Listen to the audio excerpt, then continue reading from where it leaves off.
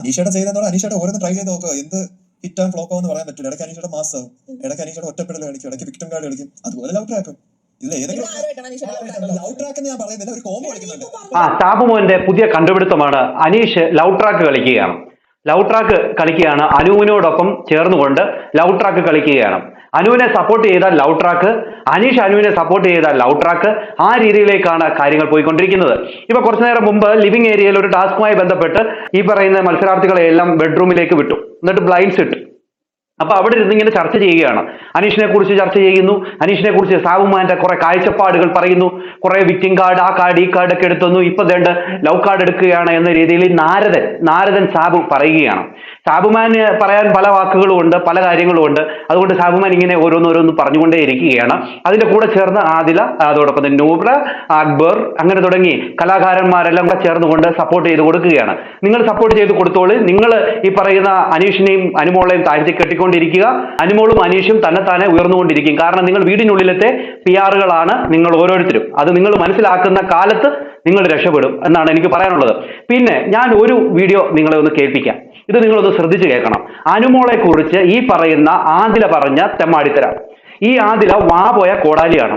പലപ്പോഴായിട്ട് സ്റ്റാൻഡുകൾ മാറ്റിക്കൊണ്ടിരിക്കുന്ന ആദില മുമ്പ് പറഞ്ഞു അക്ബറിനെ ഇഷ്ടമാണെന്ന് പറഞ്ഞു, അത് കഴിഞ്ഞ് ഇഷ്ടമല്ലെന്ന് പറഞ്ഞു, അത് കഴിഞ്ഞതിന് ശേഷം ഇപ്പൊ പറയുകയാണ് അനുമോളെക്കാട്ടിലും ബെറ്റർ ഈ പറയുന്ന അക്ബർ ആണെന്ന് പറയുകയും ചെയ്യുന്നു. നൂറയോടാണ് പറയുന്നത്.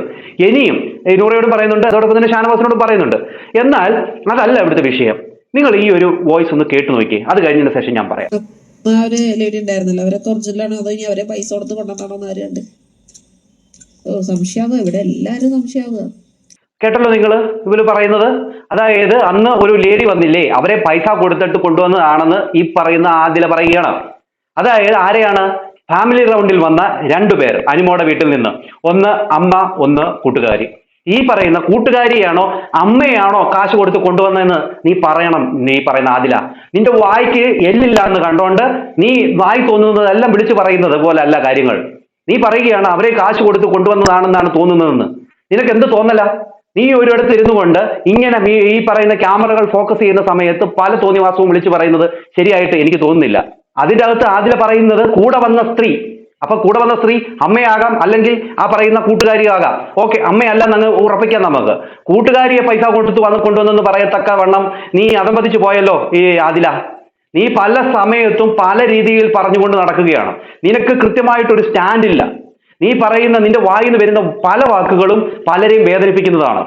ഇപ്പൊ ഈ പറയുന്ന അനുമോൾക്കെതിരെ നീ വിളിച്ച പല കാര്യങ്ങൾ, അനുമോളെ വിളിച്ച എന്തൊക്കെ പേരുകളാണ് നീ വിളിച്ചത്?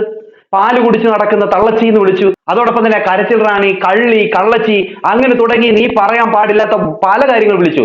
എന്തോ പറയുന്നത് കെട്ടിലമ്മ, അങ്ങനെ തുടങ്ങി എന്തൊക്കെയാ നീ വിളിച്ചത്? നീ പറയാൻ പാടില്ലാത്ത പല കാര്യങ്ങൾ. അനീഷിനെതിരെ നീ എന്തൊക്കെ പറഞ്ഞിട്ടുണ്ട്? നെൽപ്പാടം വിറ്റിട്ടാണ് അനീഷ് അവിടെ നിന്ന് PR കൊടുത്ത് നിൽക്കുന്നതെന്ന് നീ പറഞ്ഞില്ലേ? അങ്ങനെ തുടങ്ങി അനീഷിനെതിരെ നീ പറഞ്ഞ പല കാര്യങ്ങളുമുണ്ട്. ഒരു ജോലി പോലും ചെയ്യാതെ നീ അവിടെ നിൽക്കുന്നത് നീ മറ്റുള്ളവരെ ഇങ്ങനെ ഓരോന്നോരോന്ന് പറഞ്ഞ് കുത്തി നോവിക്കാൻ വേണ്ടി മാത്രമാണ്. നിന്റെ വായിൽ നിന്ന് നല്ലതായിട്ട് ഇന്നേ വരെ ഒരു അക്ഷരം പോലും ഞാൻ കേട്ടിട്ടില്ല. സത്യമായിട്ടുള്ള കാര്യമാണ്. അതുകൊണ്ട് തന്നെയാണ് നിന്നെ പലർക്കും ഇഷ്ടമല്ലാതാകുന്നത്. ആദില എന്ന് പറയുന്ന ഒരു സ്ത്രീ വളരെ മോശമായിട്ടുള്ള രീതിയിലാണ് ഓരോരുത്തർക്കെതിരെയും പറഞ്ഞുകൊണ്ടിരിക്കുന്നതും പ്രവർത്തിച്ചുകൊണ്ടിരിക്കുന്നതും. എന്നാൽ നൂറെ സംബന്ധിച്ചിടത്തോളം അങ്ങനത്തെ ഒരു വലിയ രീതിയിലുള്ള ഒരു കാര്യം നമുക്ക് അറിയാനായിട്ട് പറ്റുന്നില്ല. പക്ഷെങ്കിൽ അതിന്റെ മനസ്സിലും വിഷം എന്ന് പറയുന്നത് ഉണ്ട്. വിഷം തുപ്പുന്ന വിഷജീവികളായി മാറിയിരിക്കുകയാണ് നിങ്ങൾ ഓരോരുത്തരും. ഇന്ന് രാവിലെ ഈ പറയുന്ന അനുമോളെ വിളിച്ചിരുത്തിക്കൊണ്ട് ഈ പറയുന്ന ആദിലയുടെയും നൂറയുടെയും അനുമോടെയും വിഷയം സംസാരിക്കുകയാണ്. അനീഷ് പറയുന്ന ഒരു കാര്യമുണ്ട്, ഇന്നലത്തെ വിഷയങ്ങളൊക്കെ തീർന്നു അനുമോളെ, ഇന്നലെ തന്നെ അതൊക്കെ വിട്ടുകളാം. ഇനി നിങ്ങൾ 70 ദിവസമായിട്ടും 80 ദിവസമായിട്ടും കാണുന്ന ഫ്രണ്ട്സ് ആണ്. നിങ്ങൾ പരസ്പരം നിങ്ങൾ സംസാരിച്ച് അതൊന്ന് ക്ലിയർ ആകുക, അതൊന്ന് പാച്ചപ്പ് ചെയ്യുക എന്ന രീതിയിൽ അനീഷ് പറയുന്നു. പുതിയ ദിവസം, പുതിയ പ്രതീക്ഷകൾ, പുതിയ ആഗ്രഹങ്ങൾ. അതുകൊണ്ട് തന്നെ ഇന്നത്തെ പുതിയ ദിവസമാണ്. അതുകൊണ്ട് നമ്മൾ പഴയതെല്ലാം മറന്നുകളാ. നിങ്ങൾ ഈ പറയുന്നവർ ഒന്നിച്ചിരുന്നു കൊണ്ട് സംസാരിക്കുക, നിങ്ങൾ ഈ മനസ്സിൽ ഇങ്ങനെ കൊണ്ടു നടക്കാതെ എന്ന രീതിയിലൊക്കെ അനുമോളോട് പറയുന്നുണ്ട്. ഇന്നലെ കഴിഞ്ഞു, ഇന്നലെ അത്രയും വിഷയങ്ങളൊക്കെ ഉണ്ടായതല്ലേ. അപ്പൊ നിങ്ങൾ പരസ്പരം പല കാര്യങ്ങളും പറഞ്ഞു. നിങ്ങൾ അനുമോടെ ഭാഗത്ത് നിന്ന് നോക്കുമ്പോൾ അനുമോടെ ഭാഗത്ത് ശരിയുണ്ട്, അവരുടെ ഭാഗത്ത് നിന്ന് നോക്കുമ്പോൾ അവരുടെ ഭാഗത്തും ശരിയുണ്ട്.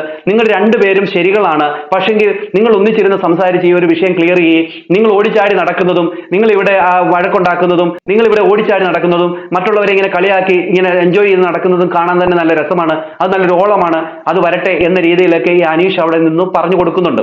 അപ്പോഴത്തേന് ആദില വരുന്നു, ആദിലയും ഇരുത്തിക്കൊണ്ട് ഈ കാര്യങ്ങളൊക്കെ പറയുന്നു. ഷാനവാസിനെ വിളിച്ചിരുത്തിയിട്ട് ഷാനവാസിനോട് പറയുന്നു.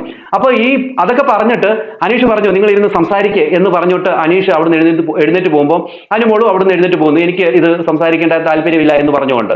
അപ്പൊ ഈ പറയുന്ന ആദില പറയുന്ന ഒരു കാര്യം, അല്ലെങ്കിൽ ഈ നൂറ പറയുന്ന ഒരു കാര്യം, എന്താണ് അനുമോള് പറഞ്ഞത്, എന്ത് കണ്ടിട്ടാണ് എന്റെ കൂടെ കൂടിയേ എന്നുള്ള കാര്യം പറയണം എന്നാണ് ഇവരുടെ ആവശ്യം. അനുമോള് പറയുന്നു ഞാൻ ഫെയിം കണ്ടിട്ട് നിങ്ങൾ എന്റെ കൂടെ കൂടിയെന്ന് പറഞ്ഞിട്ടില്ല എന്ന് പറഞ്ഞിട്ടും ഇവർക്കത് മനസ്സിലാവുന്നില്ല, ഇവർ അതിൽ തന്നെ പിടിച്ചോണ്ടിരിക്കുകയാണ്. അതെല്ലാം കഴിഞ്ഞതിന് ശേഷം ഇവര് ഈ അവസാനം പോയി ഷാനവാസിന്റെ അടുത്ത് പോയി ഒരു കാര്യം പറയുന്നുണ്ട്. ഷാനവാസിന്റെ അടുത്ത് പോയി പറയുന്നത് ഇതാണ്, അനീഷും അനുമോളും ഈ പറയുന്ന സ്ക്രീൻ സ്പേസിന് വേണ്ടി ഇരുത്തി സംസാരിക്കുകയാണ്, അനീഷ് സ്ക്രീൻ സ്പേസ് ഉണ്ടാക്കുകയാണ് എന്ന രീതിയിലൊക്കെ പറയുന്നു.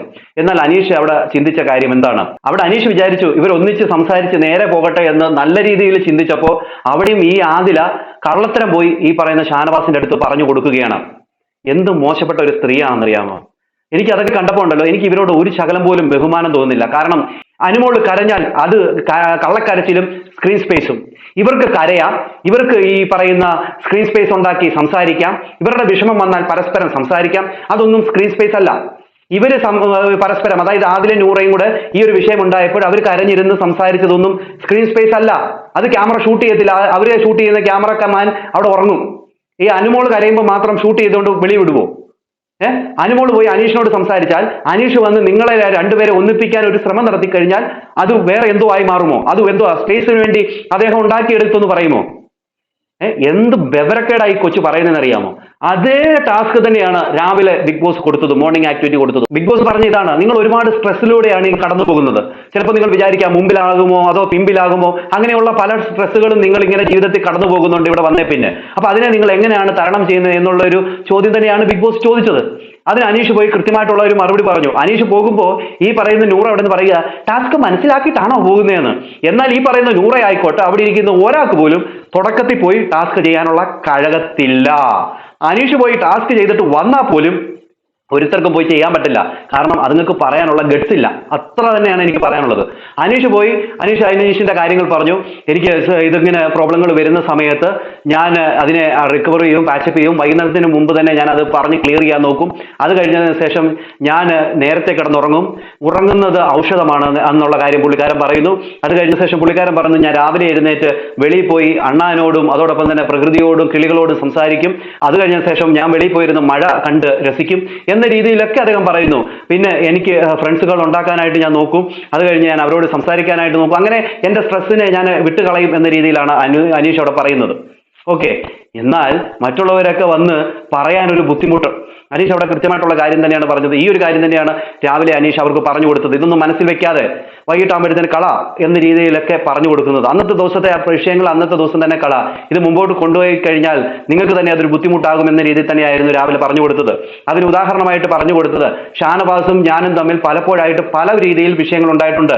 ഞങ്ങൾ രണ്ടുപേരും ഒത്തിരിയും വലിയ രീതിയിലുള്ള അറ്റാക്കുകൾ പരസ്പരം ഉണ്ടാക്കിയിട്ടുണ്ടെങ്കിലും അത് അങ്ങനെ അങ്ങോട്ട് നീട്ടിക്കൊണ്ട് പോകാനായിട്ട് ഞാൻ അതിനെ നിന്നിട്ടില്ല. ഞാൻ അവിടെ വെച്ച് അതിനെ ക്ലിയർ ചെയ്യും, അല്ലെ ഷാനവാസ് അത് ക്ലിയർ ചെയ്യും എന്നാണ് അനീഷ് അത് പറഞ്ഞ് തീർക്കുന്നത്. എന്തായാലും ആ ഒരു ടാസ്കിൽ തന്നെ അനുമോൾ സംസാരിക്കാൻ വന്നപ്പോൾ തന്നെ ഈ ആദില വിഷം തുപ്പുന്നത് നമ്മൾ കണ്ടു. അങ്ങനെ ഈ പറയുന്ന ആദിലേക്ക് വിഷം തുപ്പലല്ലാതെ വേറെ പണികളൊന്നുമില്ല. പിന്നെ അത് കഴിഞ്ഞതിന് ശേഷം ബിഗ് ബോസ് ഒരു ടാസ്ക് കൊടുത്തിട്ടുണ്ട്.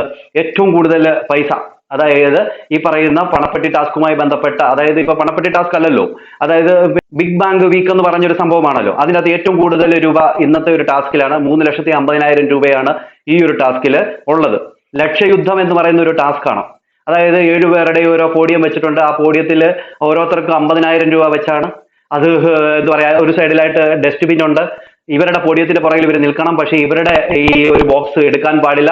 മറ്റുള്ളവരുടെ ബോക്സ് എടുത്തുകൊണ്ട് പോയിട്ട് ഡസ്റ്റ്ബിനിലിട്ട് അവരെ പുറത്താക്കണം. പുറത്താക്കിയതിനു ശേഷം ആര് വിജയിക്കുന്നോ അവർക്കാണ് ഈ 3,50,000 രൂപ എന്ന് പറയുന്നത്. ആദ്യം തന്നെ അനീഷ് പുറത്തായി, അനുമോള് പുറത്തായി, ഷാനവാസ് പുറത്തായി, ഷാവുമാൻ പുറത്തായി, ആദില പുറത്തായി. അവസാനം വന്നത് ഈ പറയുന്ന അക്ബറും അതോടൊപ്പം തന്നെ നൂറയുമാണ്. അപ്പൊ വോട്ടിട്ട് തീരുമാനിക്കുകയായിരുന്നു. നൂറയുടെ പേരാണ് എല്ലാവരും പറഞ്ഞത്. അതുകൊണ്ട് തന്നെ നൂറ ടാസ്കിൽ വിജയിച്ചു. ആ ടാസ്കിൽ തന്നെ ബിഗ് ബോസ് പറഞ്ഞത് ആരുടെയും പെട്ടി സ്വന്തം പെട്ടി എടുക്കല്ലെന്ന് പറഞ്ഞിട്ട് പോലും പലരും സ്വന്തം പെട്ടി എടുത്തു. 2 പെട്ടി എടുത്തുകൊണ്ട് പോകരുത്, എന്നിട്ട് ഒരു പെട്ടി ആ ഡസ്റ്റ്ബിന്നിൽ ഇടരുത് എന്ന് പറഞ്ഞിട്ടുണ്ട്. അതും പലരും തെറ്റിച്ചു. അങ്ങനെ നിയമങ്ങൾ പലതും തെറ്റിച്ചിട്ടാണ് അവിടെ ടാസ്ക് കളിച്ചത്. എന്തുമായാലും 3.5 ലക്ഷം രൂപ എന്ന് പറയുന്ന ഹൈ സ്കോർ നൂറ സ്വന്തമാക്കിയിരിക്കുകയാണ്. ഇനി എത്രയൊക്കെ രൂപയുടെ ടാസ്ക് വെക്കുമെന്ന് അറിയില്ല. ഇത് ഹൈ സ്കോർ എന്നൊക്കെ പറഞ്ഞുകൊണ്ടാണ് ടാസ്ക് ലെറ്റർ വായിച്ചത്. എന്തായാലും നൂറയ്ക്ക് കിട്ടി 3.5 ലക്ഷം രൂപ. ഇനിയും ഇതുപോലെ ആദിലയുടെ വായിൽ നിന്ന് എന്തൊക്കെ വിഷങ്ങൾ വീഴുന്നു എന്നൊക്കെ നമുക്ക് കാത്തിരുന്ന് തന്നെ കാണാം. അനീഷിനോടും ഈ പറയുന്ന അനുമോളോടും മറ്റു മത്സരാർത്ഥികൾ കാണിക്കുന്ന എതിർപ്പ് അവർക്ക് വോട്ടായി വീഴാനുള്ള സാധ്യത ഏറ്റവും കൂടുതലാണ് എന്നുള്ളത് മനസ്സിലാക്കാൻ പോലും കുറച്ചുകൂടി വിവരമില്ലാത്ത കുറെ എണ്ണമാണ് അവിടെ ഉള്ളത്. ഇനി എന്തൊക്കെ നടക്കുമെന്ന് നമുക്ക് കാത്തിരുന്ന് തന്നെ കാണേണ്ടതായിട്ടുണ്ട്. എന്താണ് നിങ്ങളുടെ അഭിപ്രായം? നിങ്ങളുടെ അഭിപ്രായങ്ങളും നിർദ്ദേശങ്ങളും മസ്റ്റായും കമന്റ് ചെയ്യുക. അടുത്തൊരു വീഡിയോ കാണുന്നവരേക്ക് എല്ലാവർക്കും